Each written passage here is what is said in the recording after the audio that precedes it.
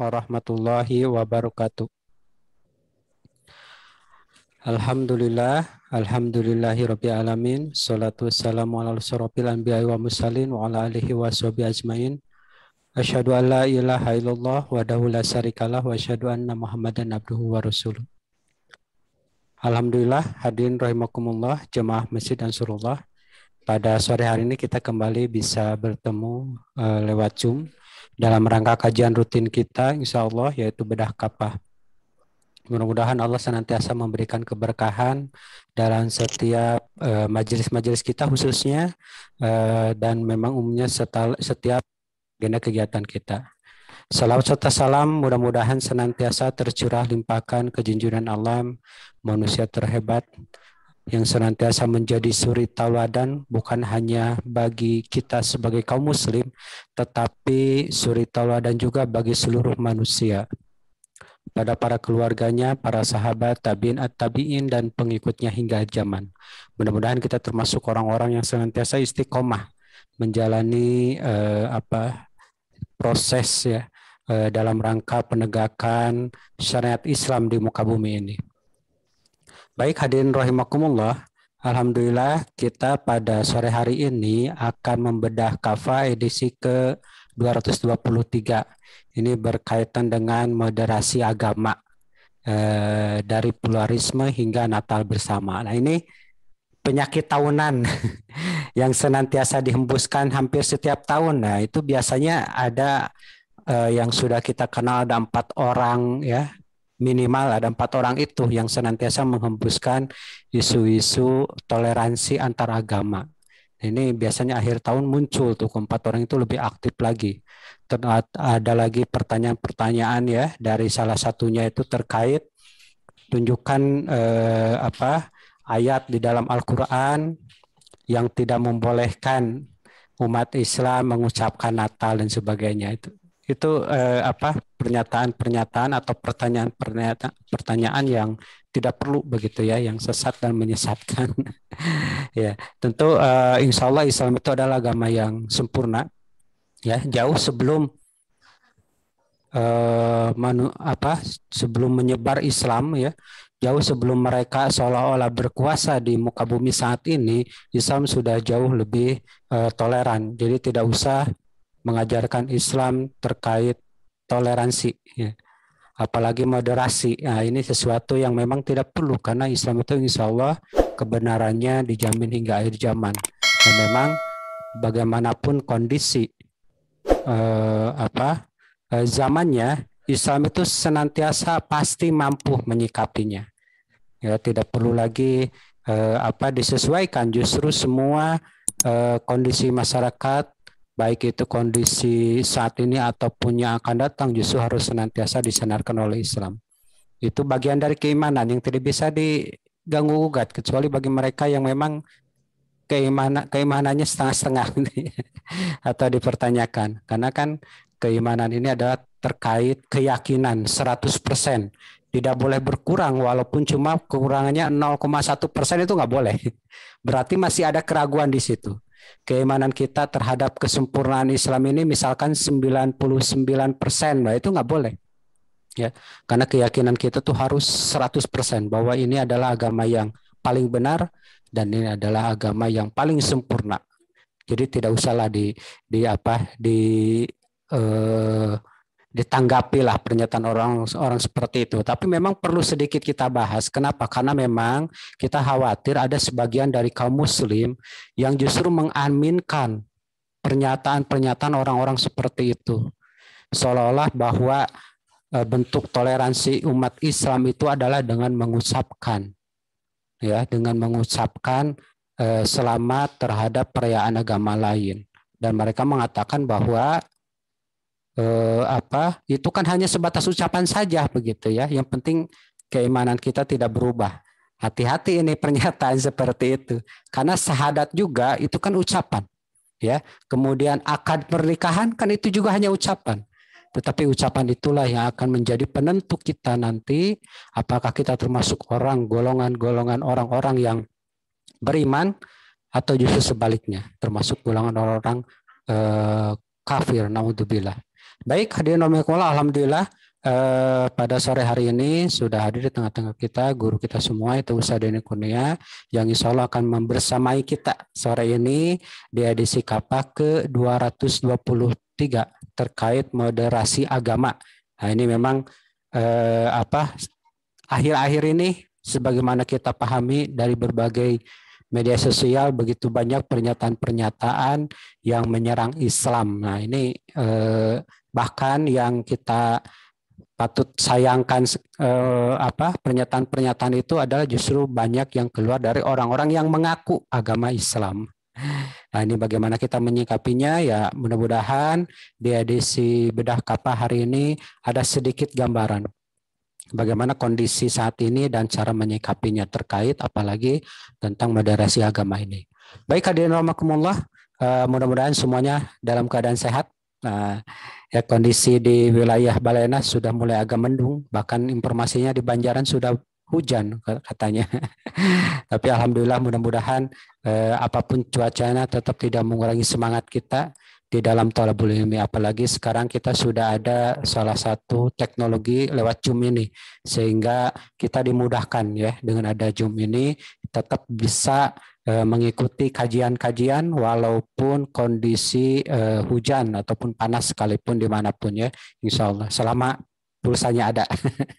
Insya Allah. Baik, hadirin rahimakumullah, langsung saja kita sama-sama menyimak paparan ya dari guru kita Ustadz Denny terkait edisi ke-223 ini. Gimana Ustadz Denny? Sudah siap? Sehat Ustadz? Alhamdulillah. Ya, alhamdulillah, alhamdulillah. Baik, langsung saja Ustadz, tafadhol Mas Guru. Bismillahirrahmanirrahim. Alhamdulillah.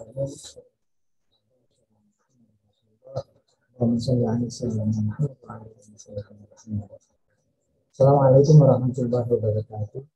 Waalaikumsalam warahmatullahi wabarakatuh.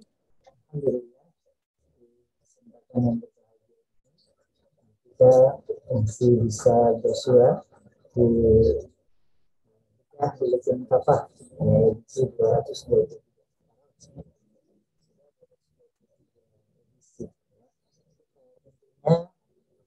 Sebagaimana ciri khas di dalam pembahasan Buletin Kapa, kita disajikan dengan mencermati, kemudian menyikapi dan juga memberikan pandangan Islam ya, terhadap perkara-perkara baru atau kemudian isu-isu baru atau informasi-informasi baru yang mengikuti kehidupan masyarakat ini tentunya ya. Kita bahas apa ini seputar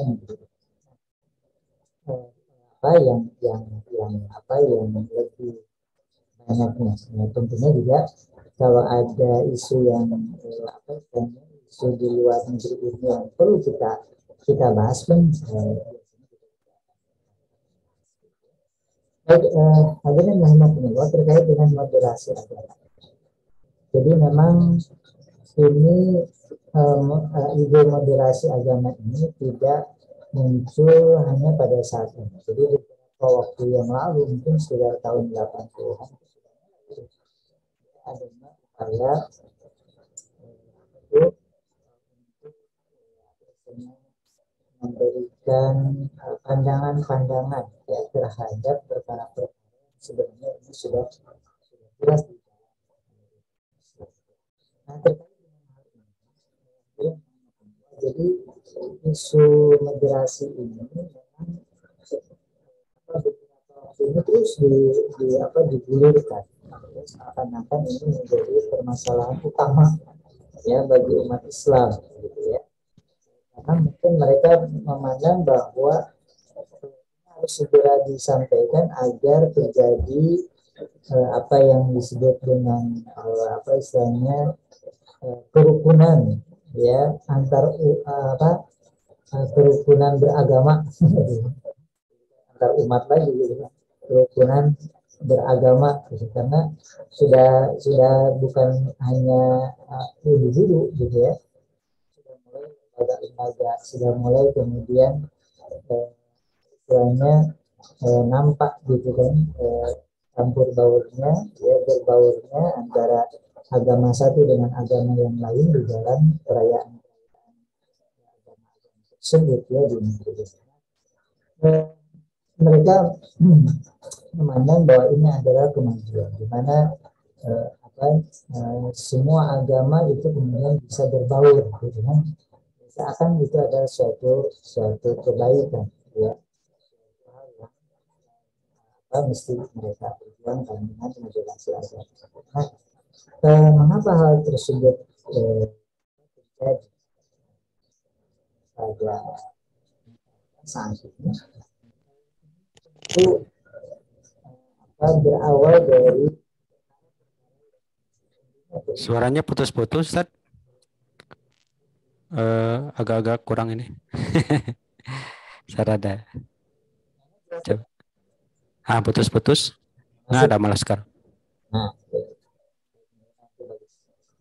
jadi nggak ada. Coba tes lagi, Tat. Hilang. Dacan. Coba tes.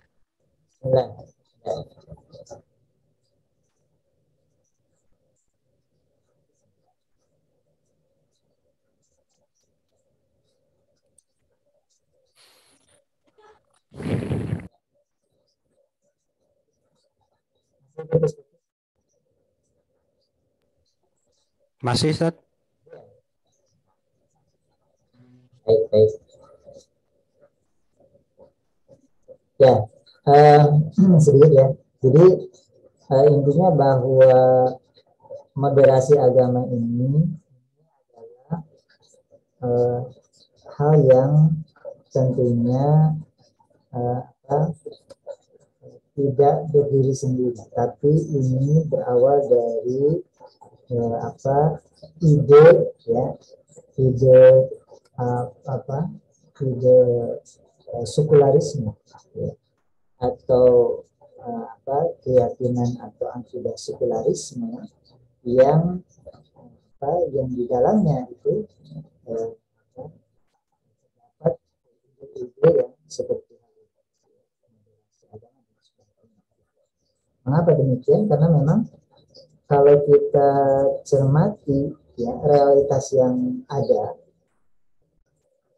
jadi kita bisa melihat bahwa umat Islam pada saat ini itu tengah menghadapi perang pemikiran yang hebat.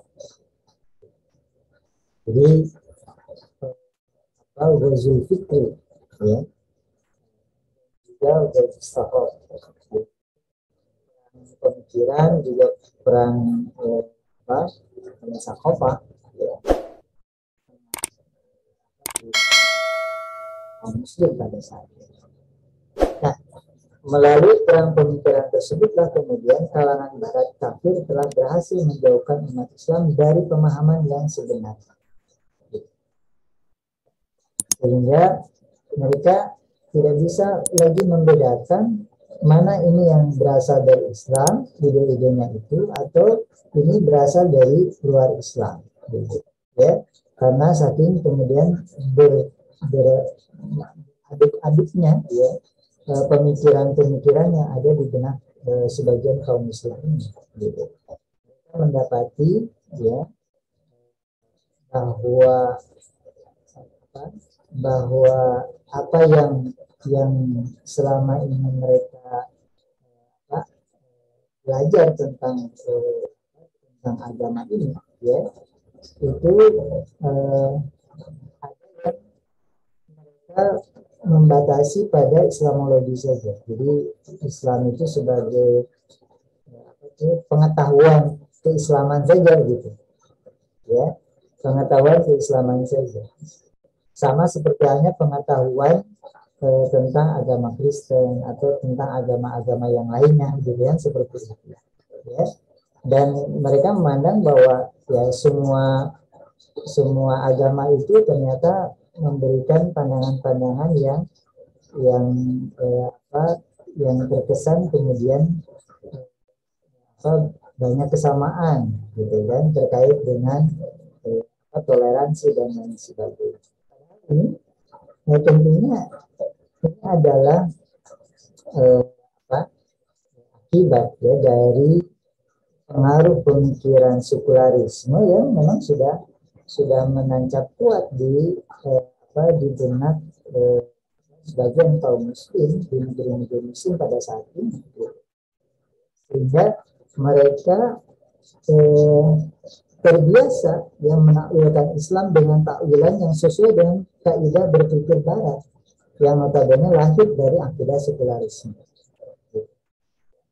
Sehingga cara berpikirnya, ya, cara kemudian menyelesaikan permasalahan, kemudian cara memberikan tanggapan atau kemudian pandangan-pandangan itu seringkali tersinggung atau terpengaruh dengan ide-ide sekularisme yang menancap kuat di benak-benak anak-anak pada saat ini.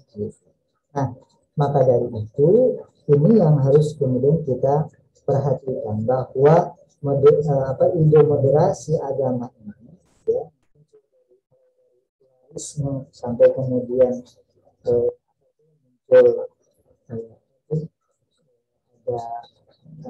ide doa bersama, kemudian merayakan hari raya bersama dan lain sebagainya.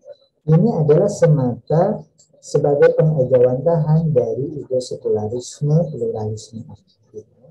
Nah, sehingga isu-isu terkait dengan terorisme, radikalisme itu seringkali menyasar kalangan kaum muslim, gitu.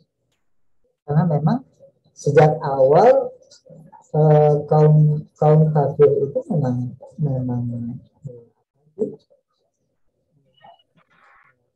istilah-istilah yang mereka sebarkan ya di negeri kaum muslim itu adalah semata memang dalam rangka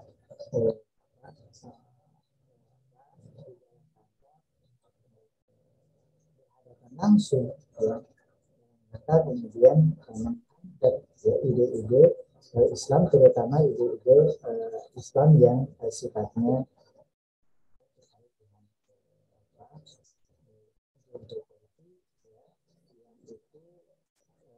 tentunya dapat membangkitkan umat, ya. Sehingga dalam hal ini, ya, mereka orang-orang kafir senantiasa motif, ya, untuk berhadapan langsung dengan Islam dan kaum muslim. Meskipun pada saat ini umat Islam sudah tidak memiliki lagi institusi yang bisa melindungi mereka, gitu. Tapi mereka menyadari bahwa ide Islam, ya, pemahaman Islam yang kuat menangkap benak-benak kaum muslim ini kalau tidak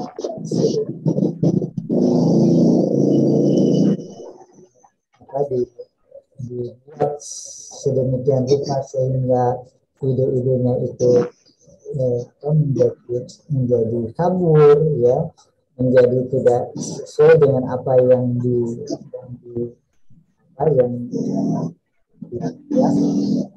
Islam dan sebagainya.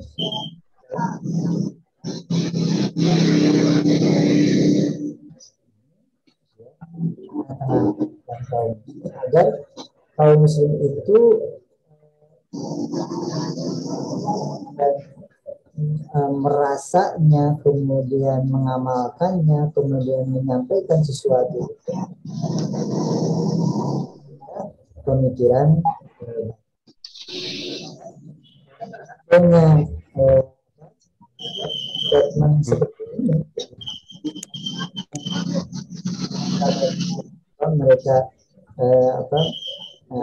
adalah seorang muslim juga, gitu. Tapi yang kita perhatikan itu apa yang kita sampaikan, gitu, ya. Yang lain bisa tolong di-mute. Ada yang dibuka speakernya atau host, tolong bantu. Ya, nah, maka kalau ada yang perlu kita kritisi, ya kita kritisi. Apa yang kemudian kita kritisi. Apa yang harus kita nasihati, ya kita nasihati. Seperti itu. Nah, ini sebagai bentuk kasih sayang kita kepada sesama muslim. gitu. Apapun kondisinya, gitu. Maka kita ingatkan.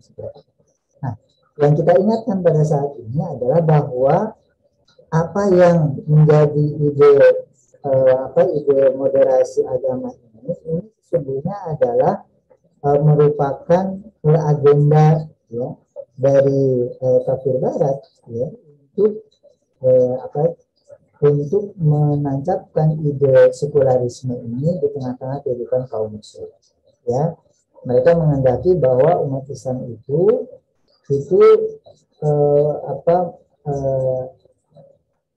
mafhum atau pemahaman tentang Islam, bahwa Islam itu rahmatan lil alamin, bahwa Islam itu adalah merupakan satu-satunya agama yang diridhoi Allah dan sebagainya, sesuai dengan syariat Islam, itu kemudian dikikis ya, mulai dikikis terus dikikis ya dengan ide-ide sekularisme yang kemudian masukkan. Hadirin rahimakumullah, kita perhatikan bahwa pluralisme agama ya, itu berpandangan bahwa pluralisme ini memberikan kecenderungan menyamakan semua agama ya. Jadi bahwa semua agama itu benar, sebuah agama itu istilahnya tidak ada perbedaan dan sebagainya seperti itu ya. Nah, ini muncul dari kebebasan beragama gitu. Kaum muslim mereka menghendaki kaum muslim itu tidak berpegang teguh kepada agamanya, karena agama yang lainnya pun kemudian dipandang sama ya, memberi dianggap benar. Nah, ini kan jelas akan membahayakan akidah kaum muslim ya, umat ini. Ide-ide sekularisme ini dibiarkan, maka lambat laun keyakinan terhadap akidah Islam ini semakin lama semakin muncul gitu. Dan ini yang dikehendaki oleh mereka gitu. Kalau mereka itu memaksa umat Islam untuk kemudian tidak berislam atau kemudian pindah ke agama yang lain, itu tentunya suatu hal yang sulit bagi mereka. Maka yang mereka lakukan adalah nggak apa-apa kalau begitu, mereka tetap muslim tapi pemikirannya ya, apa yang ada di benaknya, apa yang dia sampaikan, apa yang dia lakukan, apa yang dia ucapkan itu tidak berdasarkan Islam, atau kemudian berdasarkan apa yang dikehendaki oleh mereka, yaitu ide-ide sekularisme gitu. Itu yang kemudian. Nah, kalau misalnya ada sebagian kaum muslim yang kemudian seperti itu, artinya pandangannya, kemudian tingkah lakunya, ya, ucapan-ucapannya atau statement-statementnya itu justru malah kemudian merusak, ya, membuat rusak akidah umat ini, ya, dengan ide-ide baratnya, ide-ide sekularismenya, maka berarti ya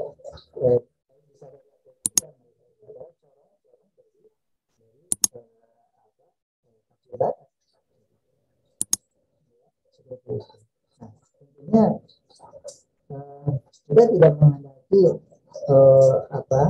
umat Islam itu terus kemudian dibombardir dengan ide-ide yang merusak pemikiran Islam yang ada atau muslim ini.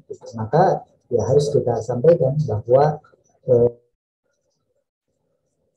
apa yang kemudian mereka sampaikan terkait dengan ide moderasi agama ini sesungguhnya bertolak belakang dengan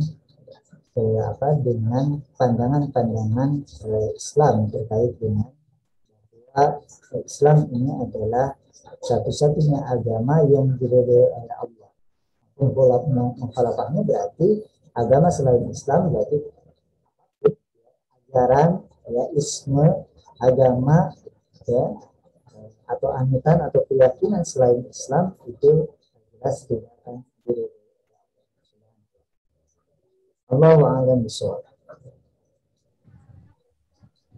Baik, alhamdulillah. Mungkin daerah Ansarullah sinyalnya kurang ini ya. Suaranya agak ini Ustaz, ada keresak-keresak tapi alhamdulillah masih terdengar sih. Ya baik, alhamdulillah, mudah-mudahan semuanya bisa menyimak. Insya Allah memang apa buletin kapah mudah-mudahan semua juga sudah baca begitu ya, sehingga bisa memahami intinya ya kondisi saat ini. Karena insya Allah buletin kapah itu sebagaimana yang sudah kita ketahui itu judulnya itu senantiasa up to date terkait informasi-informasi terbaru yang memang bermunculan di sekitaran kita, itu yang diangkat. Dan senantiasa buletin kapah itu kalau kita perhatikan maka isinya itu senantiasa dibagi tiga ya. Isu pembukaan begitu ya, pemaparan kondisi saat ini, kemudian isi begitu ya, kondisi detailnya seperti apa, lalu senantiasa ditutup dengan solusi Islam terkait permasalahan yang sedang dibahas tersebut. Bagaimana pandangan Islam? Itu luar biasa. Senantiasa seperti itu buletin kapah ini. Jadi mudah-mudahan ketika kita baca pun insya Allah bisa memahami apa sebetulnya yang harus kita sikapi terkait kondisi-kondisi yang dibahas di situ begitu ya. Apalagi memang kondisi itu senantiasa aktual begitu ya, terupdate, up to date gitu ya, terbaru. Nah, memang di setiap akhir tahun kita senantiasa dipertanyakan terkait toleransi. Nah, ini yang aneh ya. Karena kalau kita lihat sejarah Islam dan memang semestinya mereka yang mempertanyakan itu belajar justru dari Islam dengan melihat atau membaca sejarah, justru Islam sudah menunjukkan ketoleransiannya yang begitu sangat luar biasa ya. Walaupun Islam mengatur negara sekalipun, tetapi justru menghormati rakyatnya yang beragama lain ya, selama mereka tidak mengganggu begitu ya, atau menghalang-halangi penerapan aturan-aturan Islam di tengah-tengah masyarakat. Nah, ini makanya aneh kalau ada orang yang mengaku Islam justru mempertanyakan toleransi. Dan memang ini adalah salah satu senjata yang dipakai oleh para pembenci Islam untuk menyudutkan Islam. Bahkan yang paling mengkhawatirkan bagi kita adalah salah satu pion-pionnya itu justru adalah diambil dari orang-orang yang mengaku Islam sendiri ya. Jadi entah bagaimana itu orang-orang Islam kok bisa begitu ya, mereka mengaku Islam tetapi justru pernyataan-pernyataannya menyudutkan agamanya sendiri. Bahkan yang paling aneh itu mempertanyakan kesempurnaan agama ini padahal dia mengaku Islam ya. Itu memang permasalahan-permasalahan yang terus dihembuskan ya, terus digencarkan oleh orang-orang kafir khususnya begitu. Baik hadirin rahimakumullah, barangkali ada yang akan ditanyakan atau ada yang akan didiskusikan, kami persilakan terkait buletin kapah kita pada edisi ke-223 ini. Boleh raise hand ya, atau bisa lewat chat juga. Insya Allah alhamdulillah sekarang sudah ada sekitar kurang lebih ya 13 orang yang hadir di majelis ini. Mudah-mudahan semakin banyak ini. Silakan diajak-ajak lagi. Mudah-mudahan semakin banyak yang mengikuti majelis ini, semakin banyak yang mendapatkan kebaikan. Silakan diajak siapapun, baik itu tetangga, saudara, begitu ya, sahabat, keluarga, sehingga ruhnya itu bisa lebih luar biasa lagi ya.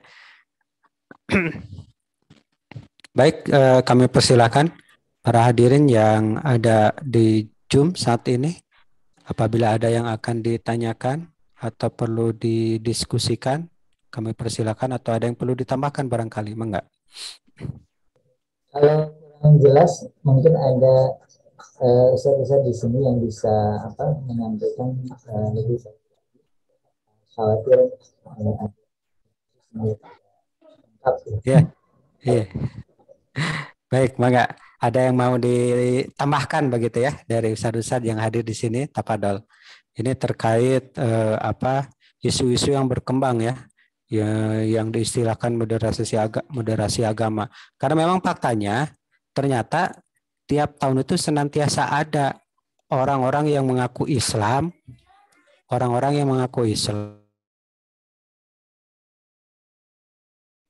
orang-orang yang mengaku Islam, tetapi justru tanpa sadar dengan alasan toleransi, bukan hanya mengucapkan Ustaz ya, kalau kita lihat itu ada beberapa berita itu, tapi datang ke tempat beribadahnya agama orang lain itu, lalu ikut merayakan begitu ya, ikut nyanyi-nyanyi dan sebagainya, dan memang itu setiap tahun mereka ya, dan itu dimotori ya oleh salah satu ormas ya, ormas Islam justru. Yang anehnya itu ketika agama lain merayakan, senantiasa aktif ikut, baik itu menjaga atau bahkan menjadi pengisi. Tapi anehnya ketika ada umat Islam di golongan lain atau kelompok lain mengadakan tablik akbar dan sebagainya, justru banyak yang dibubarkan. Ini sesuatu yang menyedihkan begitu ya. Dia mengaku Islam tapi lebih condong atau lebih cenderung untuk lebih mengutamakan agama lain dengan atas nama toleransi. Tapi terhadap agamanya sendiri justru dia tidak toleran gitu ya, tidak toleran, bahkan lebih cenderung malah menyerang begitu. Ini sesuatu yang memang faktanya terjadi di negeri ini ya. Jadi baru di negeri ini, kita belum tahu di negeri yang lain apakah ada begitu yang seperti itu, walau alam ya. Tapi mereka itu memang di negeri lain ada justru yang langsung head to head begitu ya dengan senjata. Tapi dari kita itu justru malah pemikiran justru yang dirusaknya itu. Dan memang kita khawatir ya generasi-generasi saat ini ya yang akan datang, terutama generasi-generasi kita nantinya akan datang, anak-anak usia remaja saat ini, itu kita khawatir kalau kita tidak berbenah begitu, justru mereka lah yang menjadi target sasaran utama ya. Dan yang paling utama lagi adalah seorang akhwat atau wanita, itu yang ditargetkan dirusak oleh generasi oleh orang-orang para pembenci Islam. Maka perhatikan aja kondisinya saat ini, bagaimana mereka itu merusak generasi Islam. Maka hati-hatilah bagi kita apabila memiliki anak-anak, ini harus senantiasa dibekali dengan ilmu-ilmu agama yang kuat sehingga tidak mudah goyah. Ya, pondasinya itu harus kuat. Kalau tidak kuat nanti bahaya begitu ya. Masuk ke sebuah sistem yang rusak, kalau tidak kita persiapkan dengan kekuatan yang luar biasa, ini akan berakibat nanti khawatir anak kita justru terjerumus ya. Ini jangan dilupakan generasi ini itu ya. Ya, tapi insya Allah karena generasi yang akan datang itu adalah generasi Islam insya Allah, maka peran kita pun harus ikut menyiapkan generasi itu. Alhamdulillah banyak pesantren-pesantren saat ini di sekitar kita yang berdiri ya, yang itu pendirinya kita kenal. Nah, itu maka titipkanlah anak-anak kita itu di pesantren-pesantren yang kita betul-betul kenal ya. Artinya tidak ada ajaran-ajaran atau paham-paham yang akan justru merusak pemahaman anak-anak kita.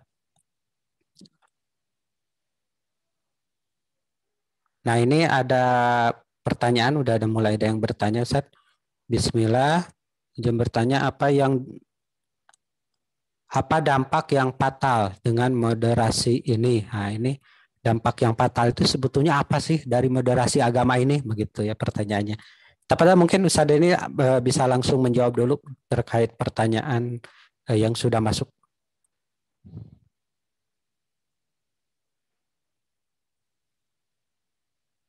Halo, Ustaz Dani? Suaranya belum ada, Ustaz. Ada. Ketika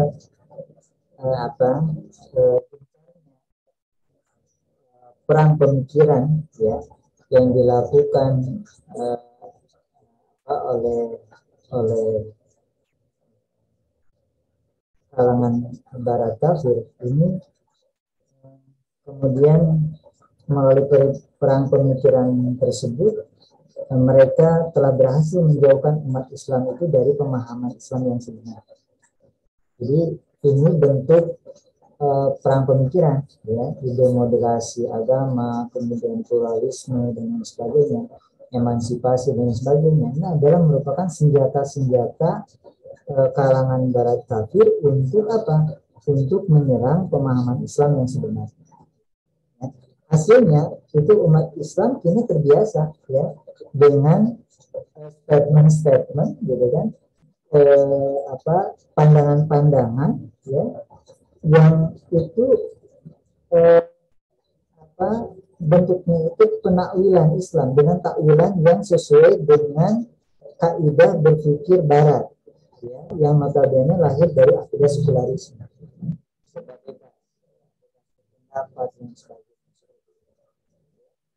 Pandangan terhadap Al-Quran sebagaimana kemudian pandangan mereka orang-orang kafir terhadap ya, seperti itu. Nah, ini tidak pada tempatnya, manakala kemudian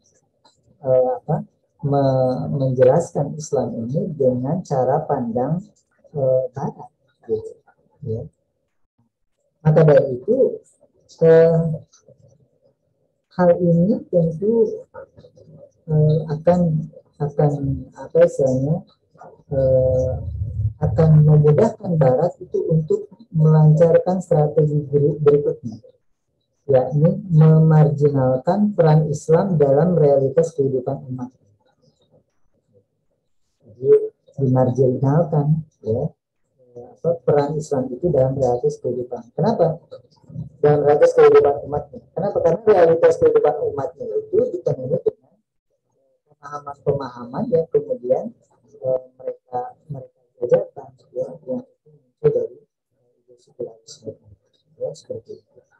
Nah, mungkin kita dulu waktu masih sekolah dasar, ya, itu kan juga ada tuh buku, ya, itu di sana tentang toleransi. Jadi gotong royong, gitu kan, orang-orang orang-orang kafir kemudian membantu ketika pembangunan masjid. Sebaliknya ketika pembangunan rumah ibadah mereka, kaum muslim juga membantu, kan gitu. Kan itu yang kemudian sejak awal itu terus dijajakan, gitu kan, di dunia pendidikan, ya, intinya mereka juga memasukkan ide-ide ini, gitu, ya. Sehingga semakin marginal peran Islam, ya, ide-ide Islam itu di dalam realitas kehidupan umatnya pada saat itu. Nah, kemudian setelah Barat ini berhasil, ya, dengan hal tersebut, kemudian yang paling fenomenalnya tentunya ketika mampu meruntuhkan kekhilafan Islamnya, Barat kemudian bisa memecah belah, ya, kesatuan umat Islam ini sampai lebih dari 44 negara, ya, dengan kemerdekaan semu, nasionalisme yang masuk, ya kan, nasionalisme masuk, ya, seperti itu. Nah, kemudian Barat mengangkat para penguasa boneka bagi setiap negara Barat tersebut, kemudian mereka dididik, ya, dalam asuhan Barat agar menjadi penjaga kekayaan negaranya masing-masing demi kepentingan Barat. Jadi ide-ide sekularisme kapitalisme ini memang untuk kepentingan mereka, gitu. Ya, untuk kepentingan mereka, bukan untuk kepentingan kaum muslim, gitu. Islam itu bisa hancur karena serangan pemikiran Barat ini. Ya. Kalau dengan fisik itu mereka tidak pernah menang, gitu kan. Menangnya pas di akhir aja ketika kemudian mereka berhasil dengan serangan pemikiran mereka. Nah, dengan perang pemikiran inilah kemudian mereka berhasil untuk menjatuhkan kekuasaan Islam. Nah, dengan hal tersebut maka kemudian Barat, ya, kemudian menetapkan sistem pemerintahan bagi negara-negara ini ya, kemudian membuat kurikulum pendidikan untuk memastikan tumbuhnya generasi muda umat Islam ini mengikuti cara berpikir mereka. Makanya wajar kalau sekarang hasilnya begitu. Ya. Hasilnya kemudian yang manggung ayeuna gitu kan. Nah, itu adalah hasil didikan kurikulum pendidikan yang kemudian dibuat oleh Barat. Ya. Nah, semua ini ya, dan sejumlah langkah lainnya itu telah semakin memperkuat posisi kaum kafir dalam menguasai umat Islam. Ya, sekaligus menjadikan Islam semakin jauh dari realitas kehidupan. Ya, seperti itu. Nah, pada gilirannya seperti ide moderasi agama ini kan munculnya dari sekularisme. Jadi kita fokusnya itu yang ide pokoknya itu ya sekularisme. Ya, nanti muncul moderasi agama atau apalah yang macam-macam mungkin nanti ya. Intinya itu adalah ide kebebasan itu. Maka pada giliran umat Islam tidak bisa lagi membedakan antara yang hak dan batil. Ya, nah ini apa dampak yang fatal dari ide-ide sekularisme ini, masuk ide moderasi agama. Ya. Jadi umat itu tidak bisa lagi membedakan mana yang hak mana yang batil. Yang hak dikatakan batil, yang batil dikatakan hak, kan seperti itu. Ya, yang menyampaikannya nggak tanggung-tanggung, gitu kan? Pejabat negara, ya, seperti itu. Ya. Pemikiran mereka terpengaruh dengan pemikiran Barat. Kemudian kehidupan mereka juga mengikuti model Barat yang menjadikan asas manfaat ya sebagai pandangan hidup mereka. Jadi mereka pandang moderasi agama ini bermanfaat. Untuk apa? Untuk nasionalisme, penguatan nasionalisme, memperkuat nasionalisme. Ya. Kemudian juga perasaan mereka pun bercampur aduk, bukan perasaan Islami yang ada di dalam kaum Muslim pada saat itu, campur sari, gitu ya, perasaannya gitu kan, pagaliwota gitu ya, seperti itu. Sudah sulit untuk membedakan mana yang hak dan mana yang batil, kan seperti itu. Kita menyatakan kafir aja udah mana gitu ya, seakan-akan jadi kita yang kemudian tertuduh. Padahal udah jelas di dalam Al-Quran juga sebutannya kafir.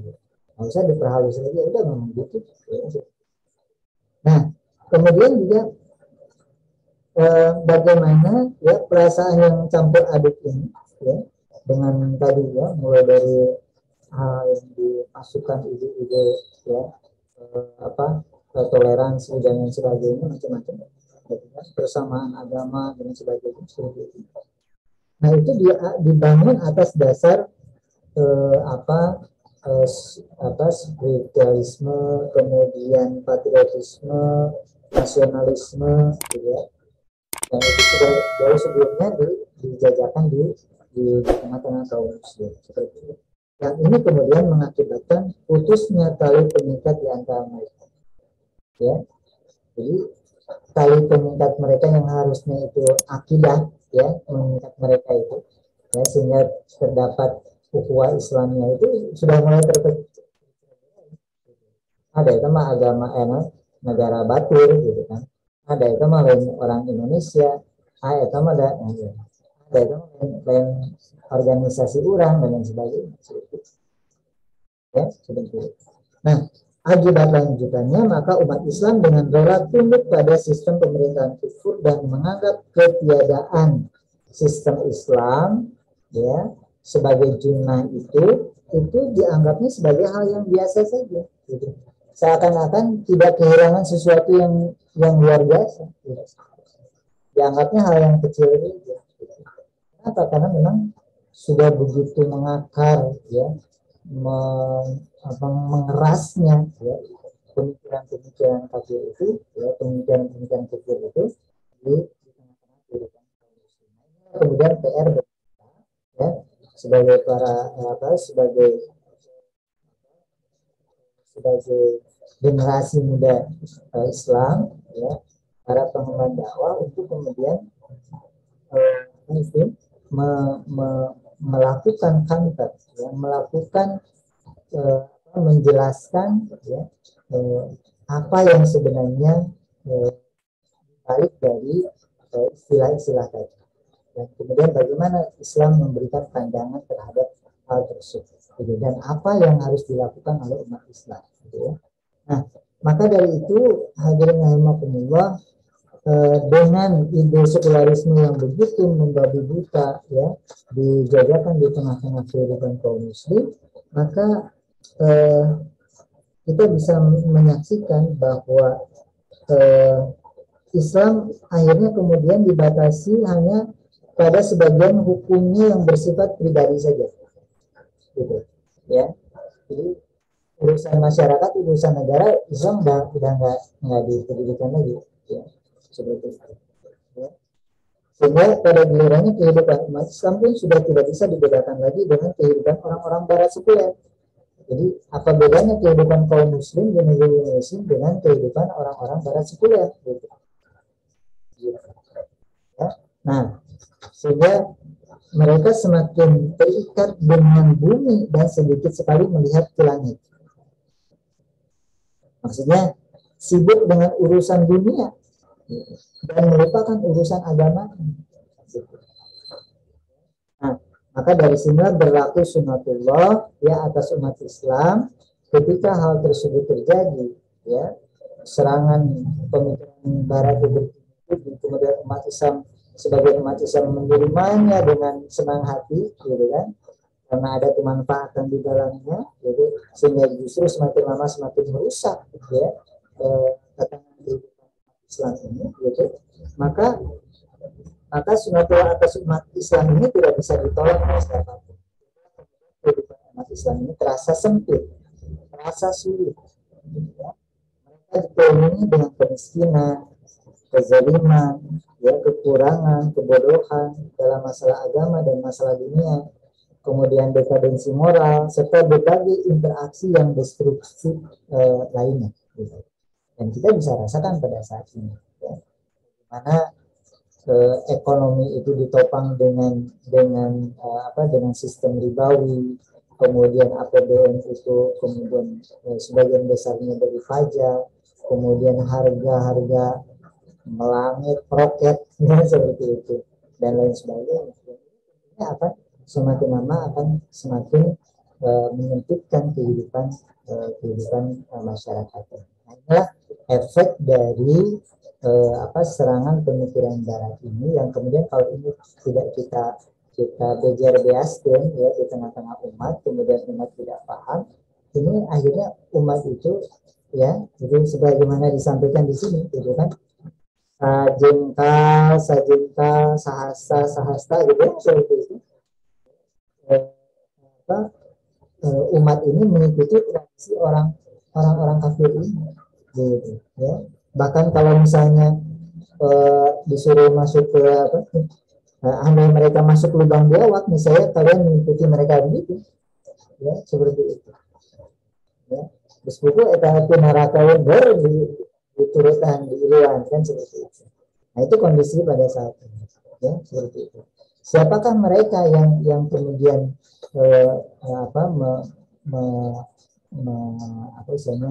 menjajakkan, ya, ide-ide kufur ini, ya, siapa lagi, ya, selain orang-orang Yahudi dan Nasrani, ya, seperti itu. Allahu a'lam bishawab.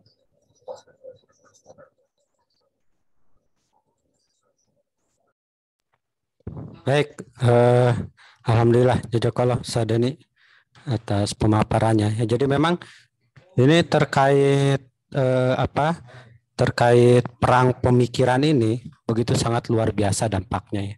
Kita lihat bagaimana generasi-generasi kita, ya, bahkan generasi sebelumnya mungkin, ya, itu kan sudah mulai dihembuskan, ya, merusak pemikirannya itu. Salah satunya itu kalau kita melihat sejarah awal sebelum Indonesia, negeri ini merdeka, itu kan beberapa yang diproyeksikan untuk menjadi pemimpin itu kan disekolahkan di luar negeri. Kemudian dicekoki oleh pemikiran-pemikiran yang tadi, ya, nasionalisme, patriotisme dan sebagainya lah. Jadi memang jelas ya, pemikiran modernisasi itu adalah salah satu alat yang digunakan oleh para pembenci Islam atau khususnya orang-orang kafir untuk merusak pemikiran umat ya. Karena pemikiran ini yang akan melahirkan perbuatan, dan perbuatan ini apabila tidak didasari oleh Islam maka itu akan membahayakan ya, dan kita tahu bahwa perbuatan ini yang akan nanti dihisab di hadapan Allah. Maka akan rugi sekali apabila kita tidak tahu mana yang halal, mana yang haram ya, mana yang boleh begitu ya di dalam Islam ini. Jadi memang ini yang dirusak. Tentu kita masih mengingat ya, saat dulu itu banyak sekali orang-orang yang mengkritisi terkait dakwah pemikiran. Ini kok dakwah itu ngomong terus sih gitu ya. Dulu kan sempat ya dulu kita mendapatkan kritikan dari orang-orang yang lain itu ya. Ini dakwah tuh kok ngomong aja gitu ya, demo dan sebagainya begitu ya. Tapi justru dengan ngomong ini dakwah pemikiran ini yang paling diwanti-wanti atau paling ditakuti oleh pembenci Islam, paling ditakuti. Lihat aja ya, yang jelas-jelas bawa senjata ingin memisahkan dari negeri ini begitu ya, memisahkan diri bawa senjata membunuh bahkan ya, bahkan aparatur negara sekalipun. Apakah negara ini langsung mengeluarkan senjata terbaiknya begitu untuk menyerang mereka? Kan tidak ya, malah dirangkul. Tetapi justru yang dibubarkan itu adalah orang-orang yang senantiasa berdakwah pemikiran ya. Dan dakwah pemikiran ini dituruti gitu, diikuti oleh orang-orang barat untuk merusak pemikiran umat Islam. Nah, ini ya. Jadi penting gitu dakwah pemikiran. Jangan berkecil hati. Waduh, saya bisanya cuma menyampaikan ke tetangga, ke sebelah, itu jangan merasa kecil seperti itu. Tapi justru itu penting. Ya, penting. Makanya penting juga bagi kita untuk senantiasa menghadiri majelis-majelis taklim. Penting bagi kita untuk senantiasa bergabung ya dengan harokat dakwah. Kalau kita berkelompok bisa kita saling bertukar pemikiran ya, kita sambil belajar, bisa saling menjaga satu sama lain ya. Jadi ketika kita tidak paham bisa bertanya. Ya, apalagi dengan kondisi moderasi agama yang semakin gencar, dari mulai toleransi ya, radikalisme itu salah satu produknya itu yang senantiasa diarahkan itu kepada orang Islam. Kalau orang lain yang di luar Islam yang melakukan tidak dianggap intoleran, tidak. Ya, tentu kita masih ingat berita kemarin-kemarin yang katanya mengaku sebagai ustadz, pimpinan pondok tahfiz begitu ya, mencabuli dan sebagainya. Padahal itu begitu di blow up. Di satu sisi ada juga itu pendeta yang lebih parah lagi, dan itu sudah dilakukan bertahun-tahun. Apakah tidak dibuat di blow up juga? Kan tidak ya. Ini justru mereka senantiasa memberikan mencari-cari ya celah-celah untuk menyudutkan Islam. Ya, padahal yang namanya oknum, ya oknumnya saja itu. Karena kan kaum muslim itu dibagi dua ya. Ada yang taat, ada yang maksiat. Kaum muslim itu. Yang taat itu senantiasa mereka takut terhadap aturan Islam. Takut terhadap ketetapan-ketetapan yang sudah ada, yang sudah ditetapkan oleh Allah dan Rasul-Nya. Mereka itu senantiasa berhati-hati ketika berbuat. Itu bagi muslim yang taat. Bagi muslim yang maksiat ya ya seperti itu ya. Jadi jangan mengeneralisir, jangan menyalahkan Islamnya, tapi itu adalah personalnya. Maka sekali lagi hadirin rahimakumullah, penting bagi kita ya menyiapkan pondasi baik diri kita sendiri, senantiasa mengupgrade ilmu kita, tidak mencukupkan dengan ilmu yang kita miliki saat ini ya. Dan juga yang tak kalah pentingnya itu menyiapkan generasi kita nanti. Ini penting ya, karena generasi kita itu insya Allah yang akan mengisi peradaban Islam yang mulia ya. Kita tidak terbayang bagaimana pola pendidikan saat dulu ketika melahirkan seorang Imam Syafi'i ya, yang 7 tahun sudah hafiz Quran, 9 tahun sudah hafal ribuan hadis ya, bahkan usia 12 tahun sudah menjadi mufti. Ini luar biasa ya, tidak terbayang bagaimana gitu ya, luar biasanya Imam Syafi'i. Tetapi kita sedikit ada gambaran ketika melihat sosok Ustadz Adi Hidayat, luar biasa ya. Tuh Ustadz Adi Hidayat sampai posisi surat, posisi ayat begitu itu beliau paham, tahu ya. Jadi insya Allah ya, itu generasi-generasi yang mudah-mudahan senantiasa semakin banyak orang-orang seperti guru kita Ustadz Adi Hidayat, dan insya Allah masih banyak guru-guru kita yang menjadi panutan bagi kita ya. Baik hadirin rahmatullah, barangkali ada yang akan ditanyakan lagi? Waktu udah kurang lebih, kita masih ada waktu kurang lebih 10 menit lagi.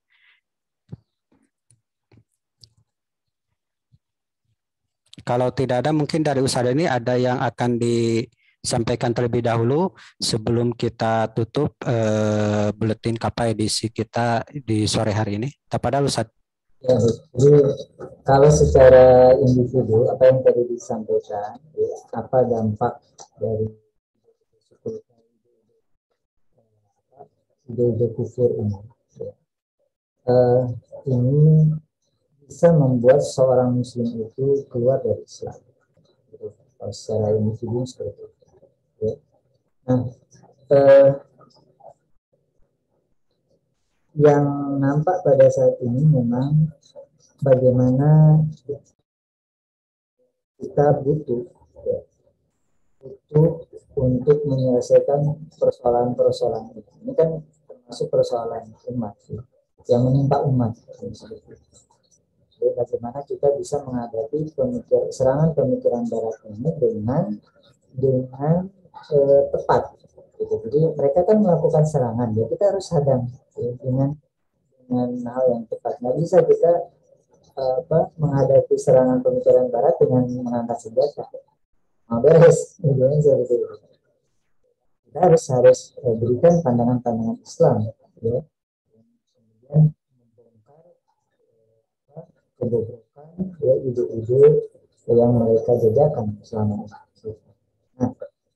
Nah, maka dari itu pada saat ini, ya, umat itu lebih membutuhkan untuk mengikuti, ya, metode ijtihad, ya, yang akan mencegah kaum muslim dari keterpengaruhan pemikiran Barat sekaligus metode penggalian hukum.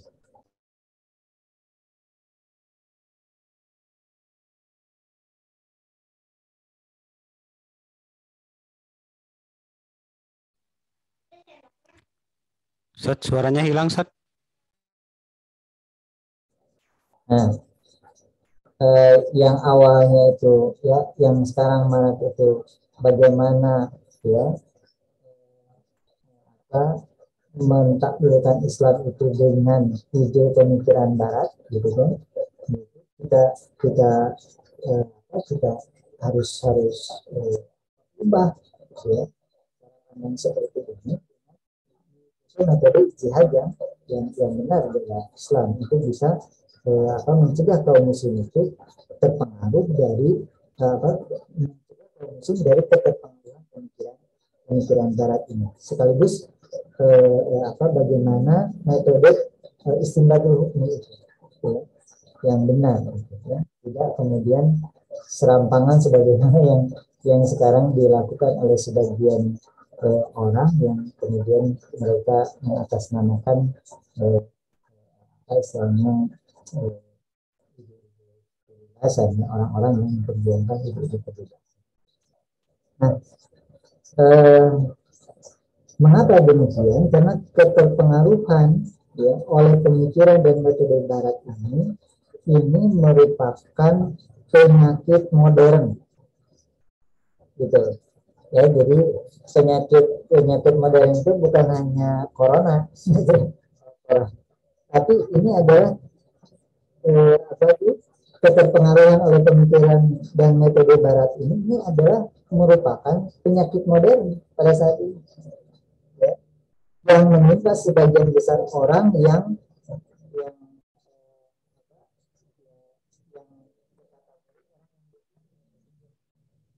awam kan.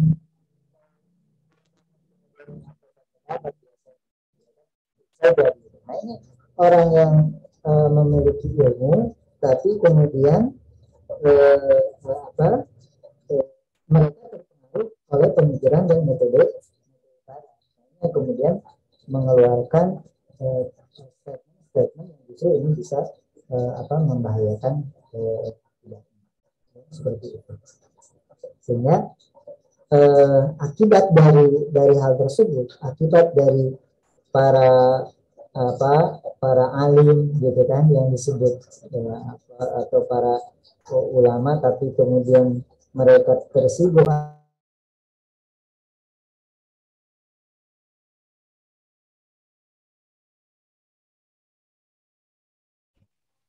Halo Ustaz, suaranya kemutat. Nah, ya. Fatwa-fatwa mereka itu terlepas dari aturan-aturan Islam yang baku. Itu nafsu barat dan tidak mengikuti petunjuk Allah. Itu yang terjadi pada saat ini. Ya. Maka apa yang harus kita lakukan sebagai seorang muslim? Maka seorang muslim pada saat ini harus selalu merujuk pada syariat. Gitu. Ya.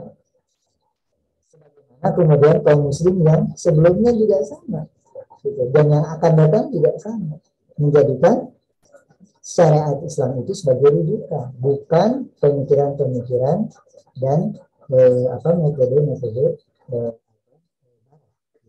ya, seperti itu. Nah, maka dengan demikian apa yang kemudian mereka jajakan terkait dengan merayakan hari raya bersama, kemudian mengucapkan selamat terhadap perayaan hari raya orang kafir dan lain sebagainya, macam-macam, itu adalah bentuk dari pengaruhnya ya mereka oleh pemikiran dan metode barat. Ini harus segera kita hentikan, ya, kita arahkan umat ini untuk senantiasa selalu merujuk pada syariat Islam saja di dalam memecahkan berbagai persoalan.